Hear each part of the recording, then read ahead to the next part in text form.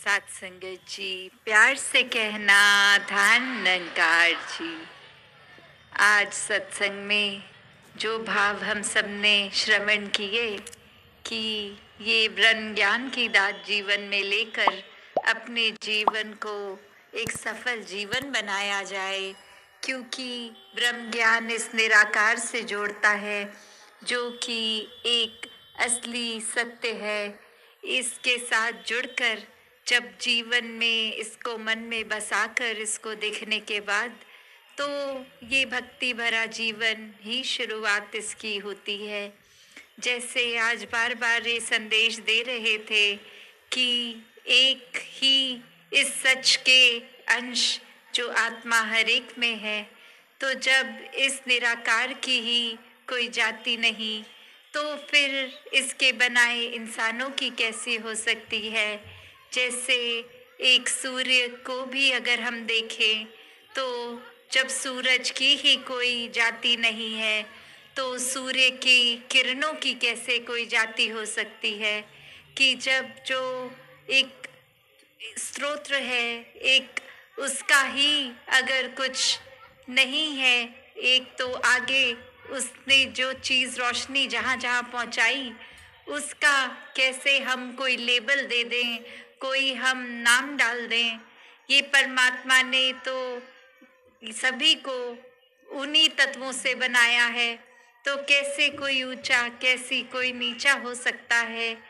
जात पात पूछे नहीं कोई, हरि को भज के सोहरी का होए। तो कैसे एक जो परमात्मा के अंदर ही हर समय अपने मन को टिकाए है, मन में भी परमात्मा ही बसाए है, तो फिर वो एक जाति पाति उसकी हो नहीं सकती, क्योंकि जिसने परमात्मा को ही हमेशा के लिए मन में बसाया है, उसको फिर नजरिया देखने का हर कोई का अपनत्व का नजरिया होता है। हर कोई एक ही नजर आता है, कोई भेदभाव नहीं।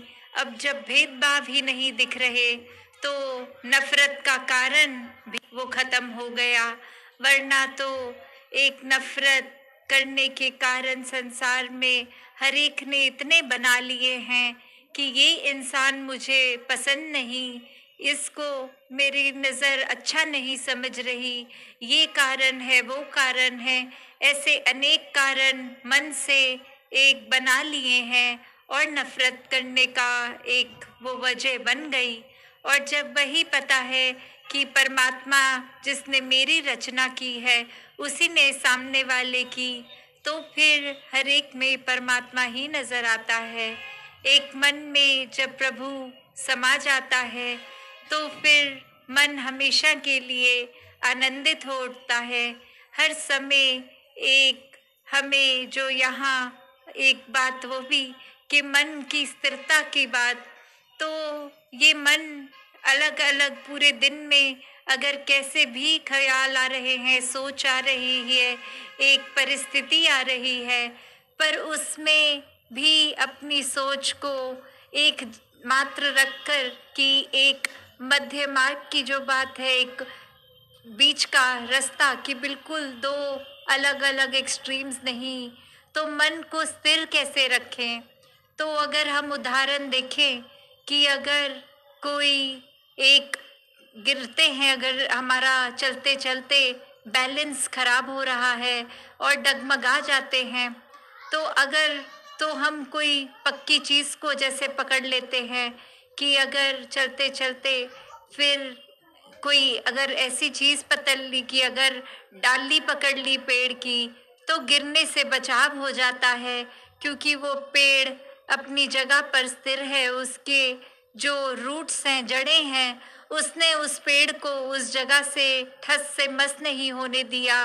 तो जब उसकी डाल पकड़ लेते हैं तो वो मजबूती हमें मिल जाती है।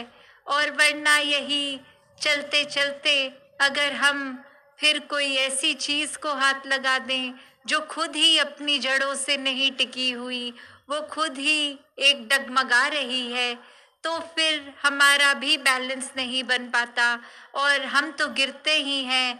और वहीं वो एक वो वस्तु भी अगर हमारे हाथ में हो तो वो भी साथ गिर जाती है।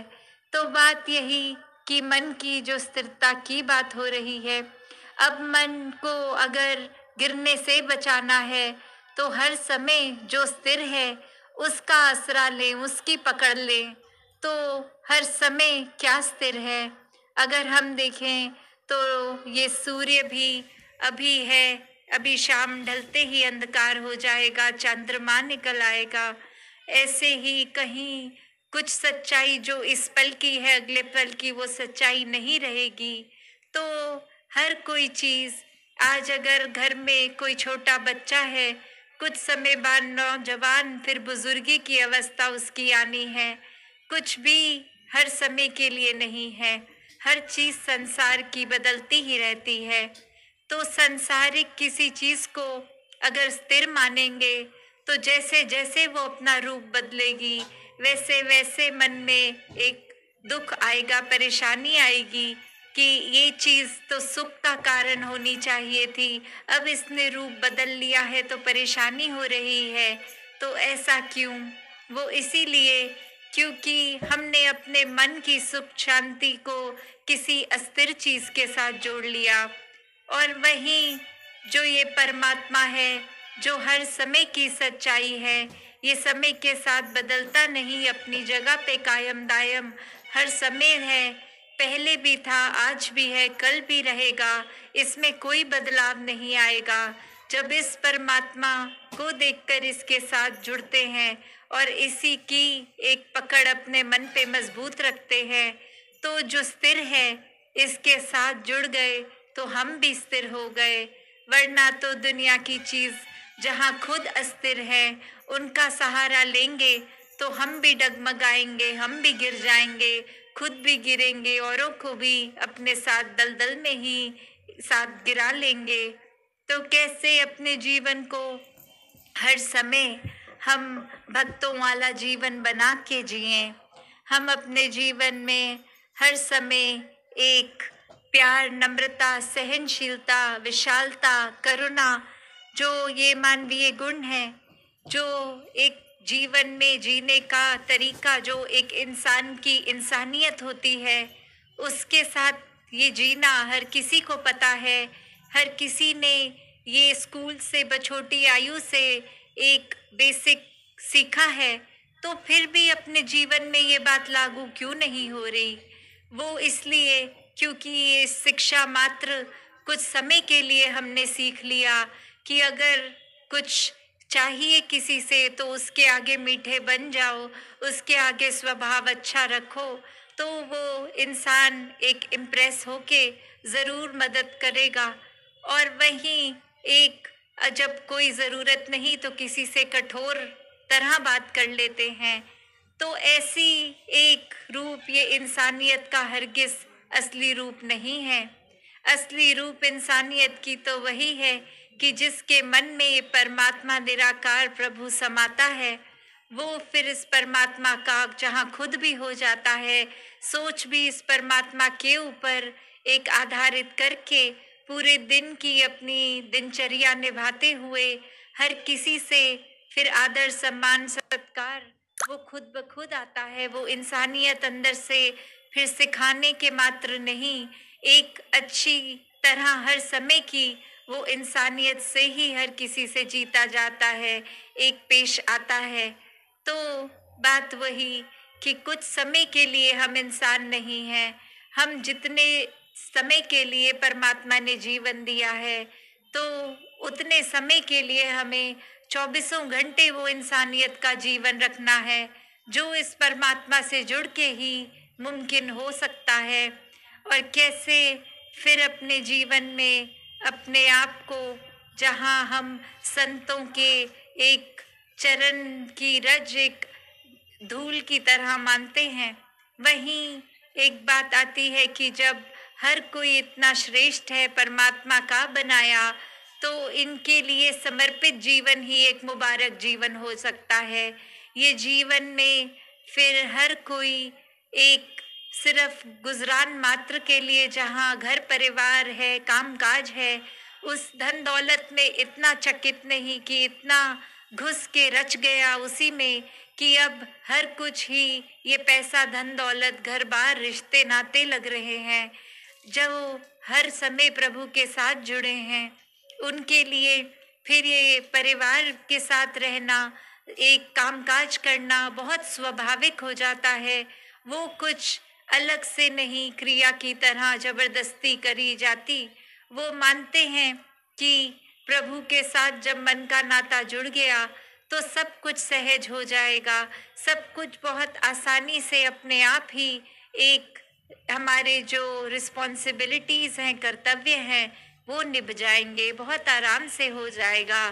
तो ऐसा करते हैं जो उनके जहाँ घरों के माहौल में भी आपसी प्यार होता है, वहीं उनका अपना स्वभाव भी एक संतमति के अनुसार ही पूरे समय का हो जाता है। एक जीवन में जहाँ पता है कि एक कैसे कैसी छोटी बातें कि समाज में भी जहाँ सहनशीलता आती है, तो वो मन में एक पेशेंस का आना कि कैसे एक जो सहनशीलता की बात है उसकी शुरुआत की मन में ही वो धैर्य रख के कि हम अगर किसी के साथ किसी ने कुछ कह दिया तो उसको एकदम से पलट के रूखा जवाब नहीं, मन में जिसकी शांति है वो इंसान ज़रूर समझता है कि दूसरे ने अगर कुछ कह भी दिया तो अनसुना किया जाए, उसके मन पे, अपने मन पे उसके शब्दों का प्रभाव इस तरह ना लिया जाए कि बाद में वो इंसान तो 1 मिनट में शब्द बोल के निकल गया, पर बाकी का पूरा दिन हम वही शब्दों को मन में दोहरा दोहरा के अपने मन को तंग करते रहें, अपने मन को उदास करते रहें। फिर वही मन, क्योंकि अगर उदास है तो उसने अस्थिर हो जाना है, फिर मन में हर चीज का प्रभाव ग्रहण करना है। और जहाँ संतों के जीवन में ये परमात्मा का ही रंग हर समय रहता है, वो और किसी चीज का प्रभाव लेते ही नहीं, तो ये मन का ठहराव अपने आप बनता जाता है। तो हर किसी ने जहाँ अपने जीवन में इस परमात्मा के साथ जुड़ना है, और वो जुड़ना कैसा, कोई ऊपरी जुड़ाव नहीं, कुछ घंटों की भक्ति नहीं, एक किसी के सामने अपना एक कोई किरदार कैसा है अच्छा दिखाने के लिए कुछ दिखावा नहीं, ये जुड़ाव मन का जो भक्तों का होता है कि ये परमात्मा देख लिया, जीवन में आ गया, अब इससे इतना प्यार हो गया कि फिर इसके प्यार में ही हर पल गुजारा, और वो हर पल भक्ति का रूप बनता चला गया। वो हर पल में फिर एक वही बात आ जाती है कि हम कुछ भी खा पी रहे हों, कार्य कर रहे हों, ये मन परमात्मा के सुमिरन में है। मन हमेशा सत्संग आने के लिए एक बहुत ही उत्तेजित रहेगा कि सत्संग जाकर संतों के वचनों को सुना जाए, संतों के वचनों को अपनाया जाए, संतों के वचनों को जीवन में जिया जाए, अपने किरदार को निखारा जाए। तो ऐसा करके जब मन भी फिर हर एक के प्रति समर्पित ही हो जाता है कि हर किसी ने फिर जहाँ परमात्मा ही सभी में देखना है, तो फिर एक अपने आप को पीछे करके, मन में अहंकार को पीछे करके, सिर्फ हर एक के लिए ये विनम्र होकर मन को अपने आप को प्रस्तुत रखना है। वो एक उस समय जौन सी भी सेवा हो वो सेवा करते चले जाना है। तो इसी प्रकार संतों ने जहाँ अपना जीवन हर समय जिया, ये पहले भी संतों का जीवन इस परमात्मा के ऊपर आधारित रहा है, आज भी ऐसा ही है।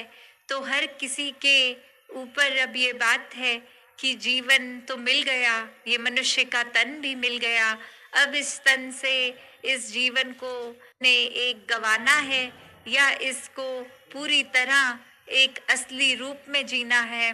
और असली रूप क्या है फिर? ये आत्मा जो हर एक के तन में है वो परमात्मा की अंश है। इसको एक परमात्मा का पता चलना और परमात्मा में एक में खो के फिर जहाँ जीवन में कुछ भी हो वो दुख का एहसास ही नहीं कर सकता, क्योंकि बहुत सहज जीवन बन जाता है और ऐसे जीवन जीने वाले ही भक्त होते हैं। तो भक्तों भरा जीवन जहाँ हर किसी को हासिल हो सकता है, सिर्फ यही कि अपने मन से ये जिज्ञासा रखते हुए कि परमात्मा की पहचान हो और वो ब्रह्म ज्ञान द्वारा निराकार देखकर हर समय आनंदित जीवन, भक्तिमय जीवन जी जा सकता है। सत्संगत जी, धन निरंकार जी।